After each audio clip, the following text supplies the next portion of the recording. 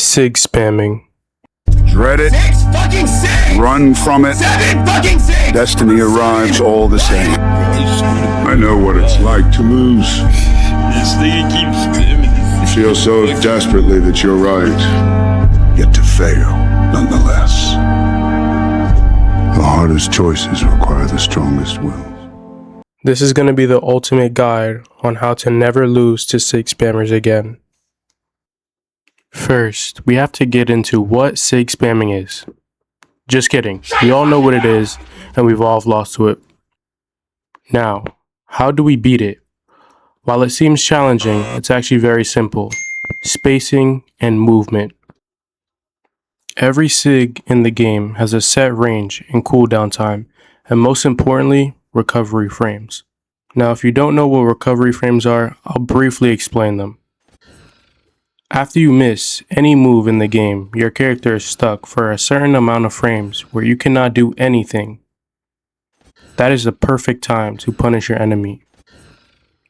For example, Queen Nai side Sig has 22 recovery frames, which isn't that much in hindsight, but in a fast game like Brawlhalla, it's a lot.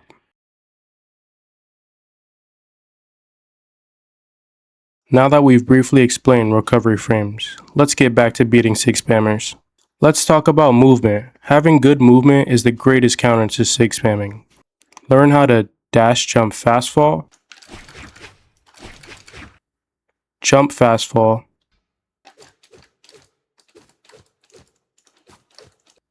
dash staggers,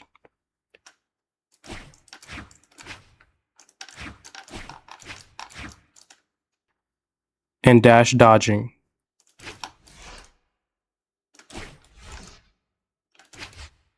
These are all the techniques you'll need to master movement and to beat Sig spamming.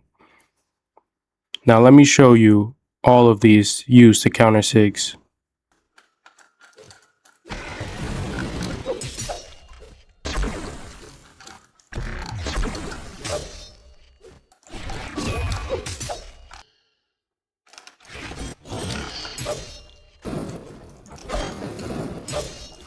Now that we've seen these techniques used, let's move on to spacing. Spacing goes hand in hand with movement. First thing to learn spacing is knowing where your moves can hit. It's pretty simple, but a lot of moves have really crazy hitboxes you're not aware of.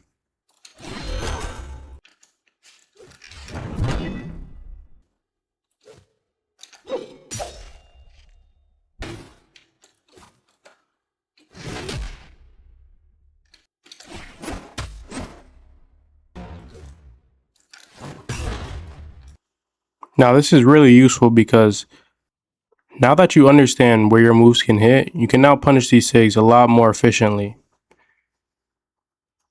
And another thing you'll need to learn with spacing is knowing where your opponent's moves hit as well.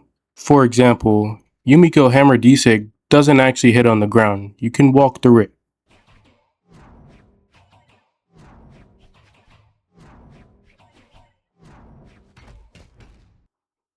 Learn how far you can hit someone if you dash with your move.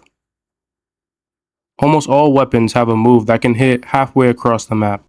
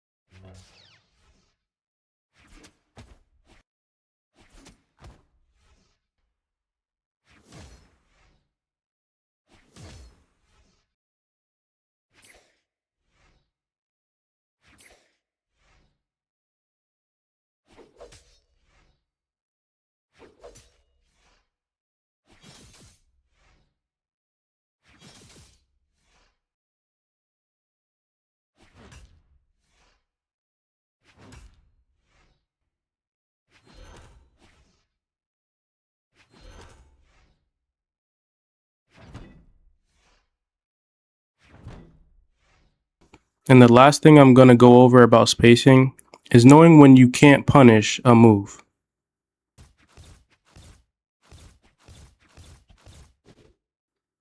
Sometimes you can't punish moves, and that's okay. Letting a move go unpunished is a lot better than missing a move and getting hit after the fact. This tip is especially important for beating SIG spamming. Some SIGs are really just hard to punish, so knowing this now, look out for what your opponent does after they miss a SIG. Now you might be asking, well, how do I implement this into my own gameplay? During your games, make sure you ask yourself, what SIGs are they specifically spamming? How can I get around it? And what are they doing after they miss the SIG? Now really quick, some SIGs are really broken and you won't be able to punish them. That will happen a lot. You just need to learn what SIGs are punishable and what aren't. Now back to knowing what they do after they miss a SIG.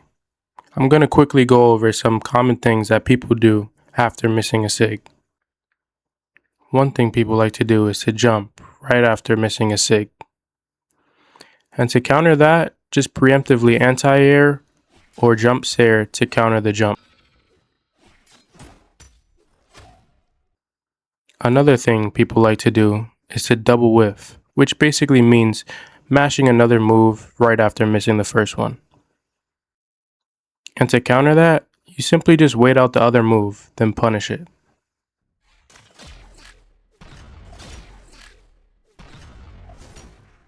And another common thing people like to do is to dodge directly after missing a SIG. And to counter this, it's the same concept as someone mashing.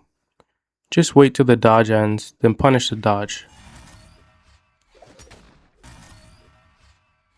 These are some of the common things people like to do after missing SIGs and attacks in general. Sometimes it's good to wait out after they miss the move and to punish what they do after. That way you're not always stuck trying to punish those little amounts of recovery frames. After learning everything from this video, SIG spamming should be a lot easier to beat. But no matter what rank you'll reach, there will always be SIG spammers, from bronze even to pro level. And Loris has hit a lot of signatures and they've all connected, but the end state drops and the breakdance punch. Loris remains calm and a down sig will meet him anyway, and no matter what direction. But with that said, SIG spamming 99% of the time is not an optimal way to play.